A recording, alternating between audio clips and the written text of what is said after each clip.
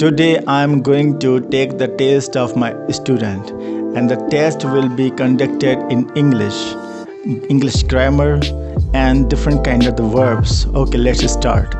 What's your name? My name is Farhan. Farhan, अॼु मींहुं वसी रहियो आहे. It is raining अॼु जी अंग्रेज़ी. today. अच्छा, कल्ह मींहुं वसी रहियो हो. Yes, it is raining yesterday. Past में छा लॻंदो? इट लॻंदो, इट इज़ थींदो, इट वाज़ थींदो. It was. वरी खां ॿुधा. It was raining yesterday. अच्छा, मां गाॾी हलाए रहियो आहियां. I am driving car. मां कार हलायां थो. I drive car. तूं कार हलाईं थो. You drive car. तूं गाॾी हलाए रहियो आहीं.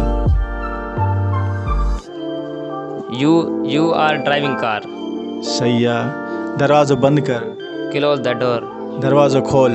Open the door. चांहि न P. Don't eat. Don't drink tea. Drink tea थींदो आहे, टेक टी थींदो आहे. Take tea. वञण खे अंग्रेज़ी में छा चइबो आहे? Go. अचण खे अंग्रेज़ी में छा चइबो आहे? Come. पीअण खे अंग्रेज़ी में छा चइबो आहे? Drink. ड्रिंक जो सेकंड फॉर्म छा आहे? Drink. ईट जो सेकंड फॉर्म छा आहे? Eat. फ्लाई जो सेकंड फॉर्म छा आहे? Flew. थर्ड फॉर्म छा अथसि? Flown. फ्लोन जी स्पेलिंग छा आहे? FLOWN. शाबाश. टेक जो सेकंड फॉर्म छा आहे? Took. Third form. Taken. अच्छा, इहो ॿुधा त मां पाणी पी चुको आहियां. टेंस कहिड़ो आहे? Present perfect tense. इंग्लिश ॿुधा ॾिजे. I have drunk water. अच्छा, मां मानी खाई चुको आहियां. I have eaten meal. तूं मानी खाई चुको आहीं. You have eaten meal. असां मानी खाई चुका आहियूं. We have eaten meal. अॼु ॾाढी गर्मी आहे. It is hot today. अॼु ॾाढो सीउ आहे. It is cold today. तूं केरु आहीं?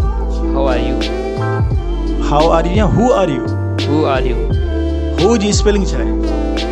WHO. म्यूज़िक जी स्पेलिंग छा आहे? MUSIC. NONE. छा थियो इहो? None.